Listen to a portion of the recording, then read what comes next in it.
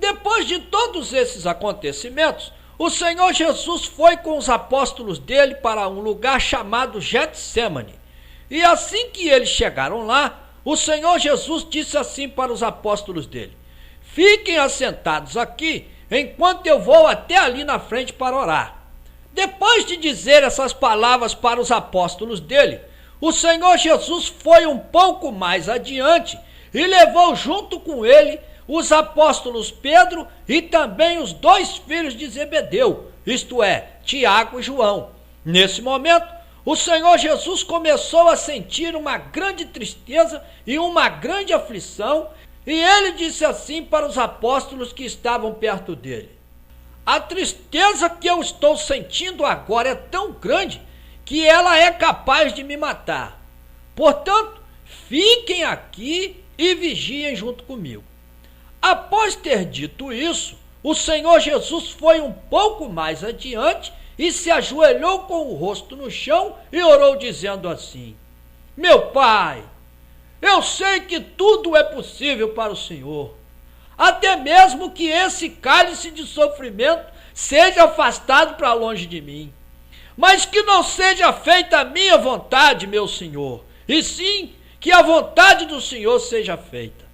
Depois que o Senhor Jesus terminou de orar, ele voltou para junto dos apóstolos que estavam mais próximo dele, e ao voltar, o Senhor Jesus encontrou os apóstolos dele dormindo. Então, o Senhor Jesus disse assim para o apóstolo Pedro: Pedro, será que vocês não podem vigiar junto comigo, nem mesmo por 1 hora? Vigiem e orem para que vocês não caiam em tentação. É muito fácil para vocês querer resistir a uma tentação, mas o difícil mesmo é vocês conseguirem resistir a essa tentação.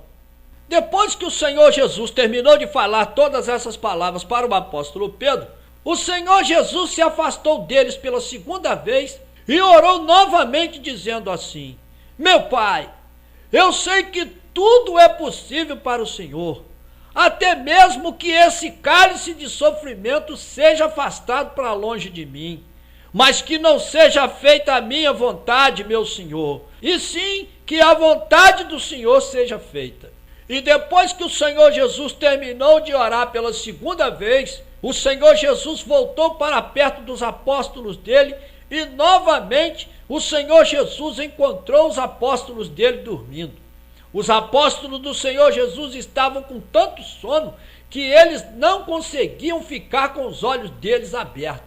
Então, o Senhor Jesus saiu novamente de perto dos apóstolos dele e foi orar pela 3ª vez, dizendo assim: ó meu Pai, eu sei que tudo é possível para o Senhor fazer, até mesmo que esse cálice de sofrimento seja afastado para longe de mim, mas que não seja feita a minha vontade, meu Senhor, e sim que a vontade do Senhor seja feita.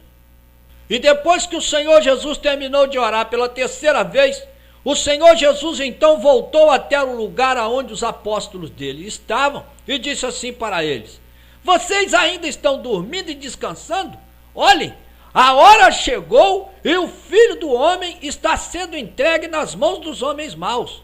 Levantem-se e vamos embora. Vejam, aí vem chegando o homem que está me traindo. O Senhor Jesus ainda estava falando com os apóstolos dele, quando Judas Iscariotes, que também era um dos 12 apóstolos do Senhor Jesus, chegou.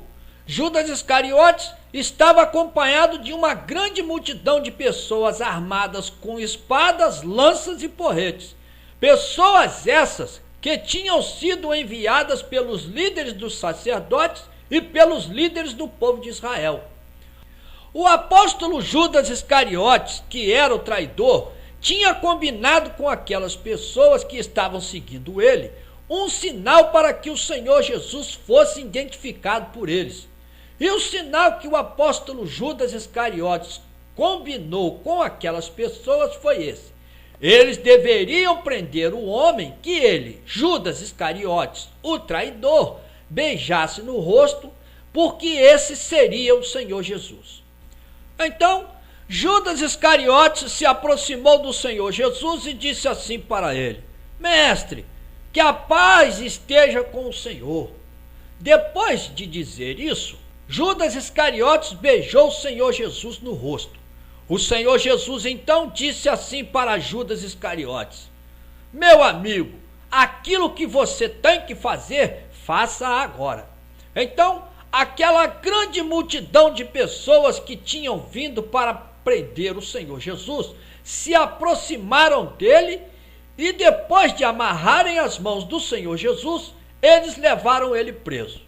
Mas nesse exato momento, um dos apóstolos do Senhor Jesus que estavam ali com ele tirou uma espada que ele tinha na cintura dele e, com essa espada, o tal apóstolo do Senhor Jesus atacou um servo do grande sacerdote e cortou a orelha dele. O Senhor Jesus então disse assim para esse apóstolo dele: Guarde agora mesmo essa espada, pois todas as pessoas que usarem uma espada para matar, é por meio de uma espada que todas essas pessoas vão morrer. Você não sabe que se eu pedisse a ajuda do meu Pai que está lá em cima no céu, ele me mandaria agora mesmo 12 legiões de anjos do exército dele para me ajudar? Mas se eu fizer isso, como é que poderiam se cumprir tudo o que está escrito nas Escrituras Sagradas que deve acontecer comigo?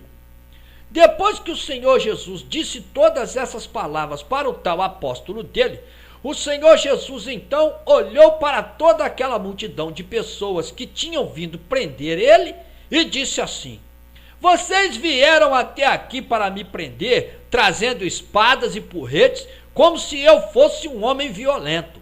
Mas quando eu estava todos os dias ensinando as pessoas do povo de Israel lá no pátio do templo, nenhum de vocês se levantou para me prender. Mas tudo isso está acontecendo assim, é para que se cumpra o que os profetas escreveram nas Escrituras Sagradas a meu respeito. Nesse mesmo momento, todos os apóstolos do Senhor Jesus fugiram e abandonaram ele. Depois de todos esses acontecimentos, aqueles homens que vieram para prender o Senhor Jesus levaram o Senhor Jesus até o palácio do grande sacerdote Caifás, aonde já estavam reunidos alguns mestres da lei e alguns líderes do povo de Israel. O apóstolo Pedro seguiu o Senhor Jesus de longe até a entrada do pátio do palácio do grande sacerdote Caifás. Então, assim que o apóstolo Pedro conseguiu entrar no pátio daquele palácio, ele se assentou junto com os guardas para ver como é que tudo aquilo ia terminar. Os líderes dos sacerdotes e todo o conselho superior estavam procurando uma maneira de condenar o Senhor Jesus à morte, com muitas acusações e também com muitas testemunhas falsas. Mas eles não conseguiram encontrar nenhuma prova que incriminasse o Senhor Jesus, mesmo depois que muitas pessoas se levantaram para dizer mentiras a respeito dele. No final, 2 homens se apresentaram diante do conselho e disseram assim: Nós ouvimos esse homem dizer assim: Eu posso destruir o templo do Senhor Deus e reconstruir ele de novo em 3 dias. Nesse momento, o grande sacerdote Caifás se levantou e disse assim para o Senhor Jesus: Jesus, você não vai se defender dessa acusação? Mas o Senhor Jesus ficou calado e não respondeu nada. Então, o grande sacerdote falou novamente com o Senhor Jesus e disse assim para ele: Em nome do Senhor, o Deus vivo, eu exijo que você diga para nós se você é mesmo o Cristo, o Filho do Senhor Deus. Ao ouvir essa pergunta do grande sacerdote Caifás, o Senhor Jesus disse assim para ele: Quem está dizendo isso é o Senhor mesmo. Mas eu afirmo para todos vocês que de agora em diante, todos vocês vão ver o Filho do Homem assentado do lado direito do Senhor Deus, o Todo-Poderoso, e todos vocês vão ver também o Filho do Homem descendo das nuvens do céu. Ao ouvir o Senhor Jesus falar assim, o grande sacerdote rasgou as roupas dele e disse assim: ele blasfemou. Portanto, nós não precisamos mais de nenhuma testemunha, pois todos vocês mesmos ouviram a blasfêmia que esse homem disse contra o Senhor Deus. E sendo assim, o que é que vocês resolvem? Nesse momento, todas as pessoas que faziam parte daquele conselho disseram assim: esse homem deve morrer.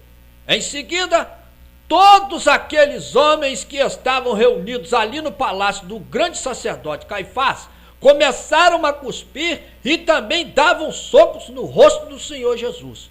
E alguns dos homens que estavam batendo no rosto do Senhor Jesus perguntavam assim para ele: então, Cristo, adivinha agora quem é que foi que bateu em você? Nesse momento, o apóstolo Pedro estava sentado lá do lado de fora, no pátio, vendo tudo o que estava acontecendo com o Senhor Jesus. E uma das empregadas do grande sacerdote chegou perto do apóstolo Pedro e disse assim para ele: você também é um dos seguidores desse Jesus de Nazaré, não é? O apóstolo Pedro negou na frente de todas as pessoas que estavam em volta dele e disse assim: eu não conheço esse homem. Depois disso, o apóstolo Pedro foi para perto da porta da entrada do pátio e uma outra empregada viu ele e disse assim para todas as pessoas que estavam reunidas ali: este homem aqui, ele também estava junto com esse tal Jesus de Nazaré. O apóstolo Pedro negou outra vez e disse assim: eu juro que eu não conheço esse homem. Pouco tempo depois, as pessoas que estavam ali no pátio do palácio do grande sacerdote Caifás se aproximaram do apóstolo Pedro e disseram assim para ele: o seu modo de falar mostra que de fato você também é um dos seguidores desse Jesus. Então, o apóstolo Pedro pela terceira vez disse assim: eu juro que eu não conheço esse homem, e que o Senhor Deus me castigue se eu não estiver dizendo a verdade. Assim que o apóstolo Pedro terminou de falar, no mesmo instante, um galo cantou. Então, o apóstolo Pedro se lembrou do que o Senhor Jesus tinha falado com ele, dizendo assim: Pedro, ainda essa noite, antes que o galo cante por 2 vezes, você, Pedro, vai dizer 3 vezes que você não me conhece. Então, o apóstolo Pedro saiu dali e foi chorar amargamente.